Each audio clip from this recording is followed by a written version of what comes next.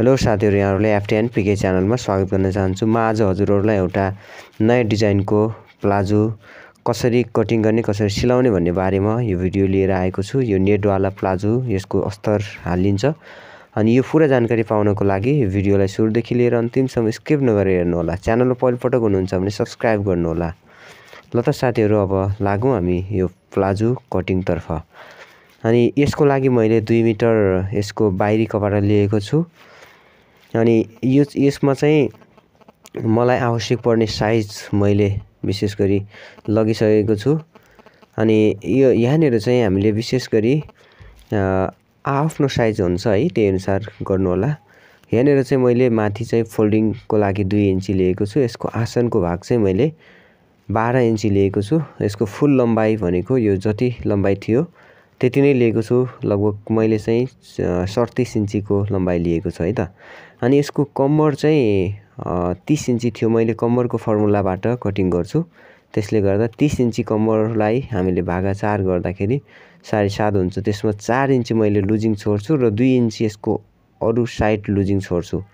यसरी चाहिँ मैले यसलाई कटिङ गर्छु र थाइबाट पनि कटिङ गर्न सकिन्छ। विशेष गरी यसरी पनि काट्न सक्नुहुन्छ है। मैले पहिला सुरुमा चाहिँ यसको चाहिँ अस्तरलाई कटिङ नगरेर मैले चाहिँ यसको बाहिर नेटलाई कटिङ गरेको छु है त। यसको मोरामा चाहिँ 28 इन्ची यसको मोरी रहेको छ भने यो 28 लाई नै मैले यहाँनिर पिकअप गर्ने छु, यसमा लगाउने छु। यहाँनिर 14 रहेको छ, 14 दुना 28 है। अनि यहाँनिर 1 इन्ची माइनस हुन्छ, हाम्रो चाहिँ 27 इन्ची समथिङ यसको मोरी रहन्छ। अनि कपडा चाहिँ कम भएको कारणले मैले यो तरिकाले चाहिँ यो कटिङ गर्दै छु। अनि यस्तै खालका सर्कुलर प्लाजो कटिङ र त्यसको सिलाइको भिडियो हेर्न मन लाग्छ अथवा यसको सिक्न इच्छुक हुनुहुन्छ भने तपाईलाई यसको लिंक डिस्क्रिप्सनमा राखिदिएको छु र एन्ड स्क्रिनमा पनि छ अनि आई बटनमा पनि आएको छ। यसको पकेट भने हुँदैन है त, पकेट हुँदैन। अनि अगाडि मैले तपाईहरुलाई सो पिस पनि देखाइसकेको छु कस्तो प्रकारको लुकिङ्स हुन्छ भन्ने कुरा। अनि अब हामीले यसको चाहिँ अस्तर साइड ल्याउँछौं। अस्तर पनि हामीलाई समथिङ 180 जति भए पनि पुग्छ हामीलाई है त। त्यहाँनिर चाहिँ बाहिरी भन्दा पनि विशेष गरी हामीलाई यो अस्तर साइडमा चाहिँ हामीलाई 4 इन्ची कम भए पनि पुग्छ। 2 इन्ची तल कम, 2 इन्ची माथि कम।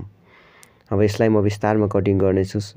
तपाईले फुल हेर्नु होला। च्यानलमा पहिलो पटक हुनुहुन्छ भनेदेखि सब्स्क्राइब गर्नु होला। साथमा रहेको बेल आइकन प्रेस गरी युजफुल भिडियो आफ्नो साथीहरुलाई शेयर गर्नु होला। यसरी नै यो अस्तरमा चाहिँ यसको बाहिरी पल्लालाई राख्न सक्नुहुन्छ। बाहिरी पार्टलाई राखेर सेम तरिकाले यसलाई मजासँग मिलाउनु होला है त। मैले चाहिँ हल्का फास्ट बनाएको छु र अलि हेर्दै हजुरहरुलाई बोरिङ नहोस् भनेर पनि। अब यसरी चाहिँ यसलाई फिनिशिङ बनाइसकेपछि अब यसमा चाहिँ नर्मल कटिङ गर्न सक्नुहुन्छ है त।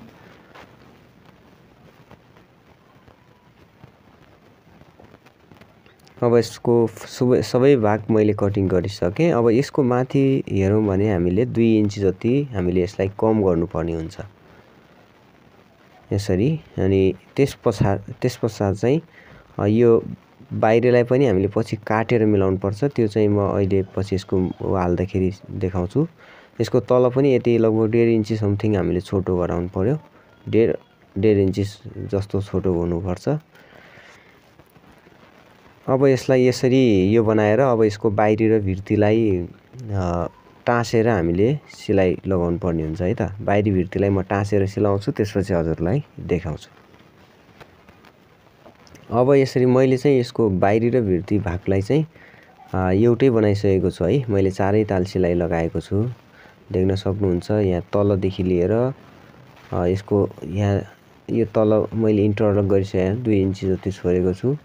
यो 4 तालमा मैले सिलाइ लगाएर यी दुईटै पार्टलाई चाहिँ मैले बनाइसकेको छु है त। यसलाई पहिला हामीले यसरी बराबर बनाएर बाहिरी भिर्तीलाई मिलाएर अनि यसको 2 पार्टलाई यसरी जोडिसकेको छु। यो 2 पार्टलाई हामीले फेरि पनि लिएर उता जाम मेसिनमा अनि त्यसपछि मैले हजुरलाई विस्तारमा सबै कुरा सिकाउँछु। र यहाँनिर चाहिँ यो 2.5 इन्ची समथिङ मैले चाहिँ यो कपडा लिएको छु चौडाइ। यो चाहिँ क्रस कपडा छ। यदि क्रस छैन भने हजुरसँग सिधा कपडा पनि लिन सक्नुहुन्छ है। यसरी चाहिँ अब मेसिनमा आइसकेपछि चाहिँ मैले चाहिँ यो भागमा पहिलो कुरा त त्यो कपडा थियो हामीसँग एक्स्ट्रा, त्यो कपडा चाहिँ राखौँ।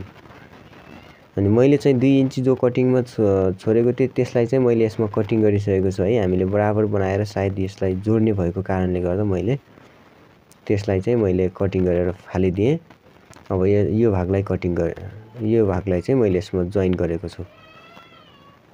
अनि अब यसरी यो जोडिसकेपछि सेम यही तरिकाले अर्को साइडको पार्टलाई पनि हजुरले जोड्न सक्नुहुनेछ।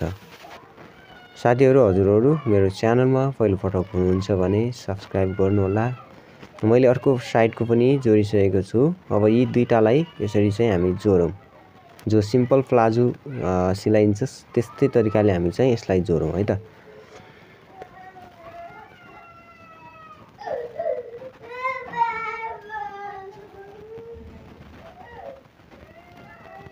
अब यसमा इन्टरलक गरिसके त्यसपश्चात चाहिँ हामी यसको मोरीमा पनि इन्टरलक भएको छ। यो भित्रमा चाहिँ यसरी सिलाइ भएको छ।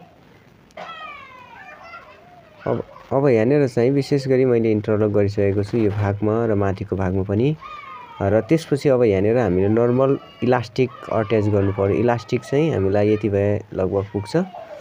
अनि यो इलास्टिकलाई चाहिँ अब यसरी मिलाएर हामीले यसको यो माथिको जो भाग छ यो चाहिँ हाम्रो त्यतिकै छोड्नुपर्छ र अर्को यो तल बिचैमा पर्ने गरी हामीले यो इलास्टिकलाई तान्दै सिलाउँदै गर्नुपर्ने हुन्छ है त।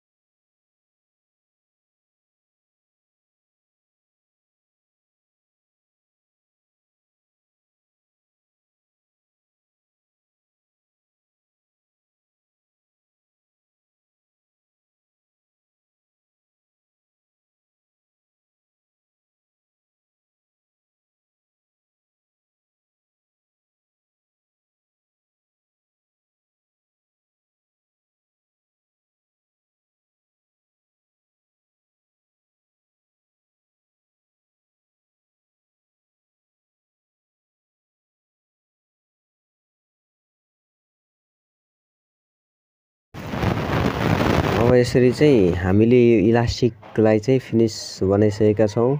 यहाँनिर देख्न सक्नुहुन्छ यसको बाहिर साइडबाट कति दामी लुकिङ्स आएको छ। यसरी यो चाहिँ विशेष गरी टी सर्टमा लगाउने प्लाजो हो है त। टी सर्टमा प्रयोग गरिन्छ।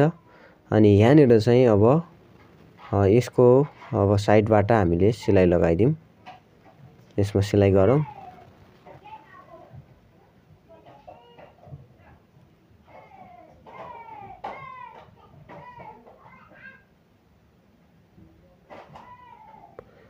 अब यसरी हामीले यसमा सिलाइ गरिसकेपछि यसमा पनि हामीले अलरेडी इन्टरलक लगाउनु पर्ने हुन्छ। अनि यहाँनिर चाहिँ इन्टरलक गर्नु होला। अनि यहाँनिर मैले चाहिँ यसमा इन्टरलक गरिसकेँ। अब त्यसपछि हाम्रो ठाडो सिलाइ लगाउनु पर्यो है त। अब यहाँनिर चाहिँ यस्तो बनाएर अब यो मोरीलाई चाहिँ यसरी राखेर अब सरर ठाडो सिलाइ लगाउनु पर्ने हुन्छ हामीले। अब लगभग हाम्रो प्लाजो फाइनल हुन थालिसकेको छ साथीहरू। अनि यस्तै खालको इन्ट्रेस्टिङ भिडियो पाउनको लागि हाम्रो च्यानललाई सब्स्क्राइब गर्नुहोला। अनि साथमा रहेको बेल आइकन प्रेस गरेर युजफुल भिडियो आफ्नो साथीहरूलाई सेयर गर्नुहोला। अनि यस्तै नयाँ कन्टेन्टहरू तपाईँको माझमा नोटिफिकेसनमा आउनेछ। यदि बेल आइकन प्रेस गरिराख्नुभयो भने, सब्स्क्राइब गर्नुभयो भने। अब यसरी चाहिँ यो भाग चाहिँ अब हाम्रो फिनिस भइसकेको छ। अब यसमा पनि इन्टरलक गर्नु होला है त। इन्टरलक गर्नु होला। मैले चाहिँ फिनिसिङ पार्ट देखाउन आइराखेको छु। अब यहाँनिर अब यसरी फाइनल हुन्छ। यो कस्तो लाग्यो कमेन्ट पनि गर्न नछुटाउनु होला। अनि साथीहरू, भिडियो मन परेको छ भने लाइक गर्नु होला। च्यानलमा पहिलोपटक हुनुहुन्छ भने सब्स्क्राइब गर्नु होला। अनि आफ्ना साथीहरूलाई युजफुल भिडियो सेयर गर्नु होला। साथीहरू, अब भने हामी भिडियोबाट छुट्ने छौँ। अनि आउँदो भिडियोमा फेरि पनि भेट्नेछौँ। Thank you for watching this video.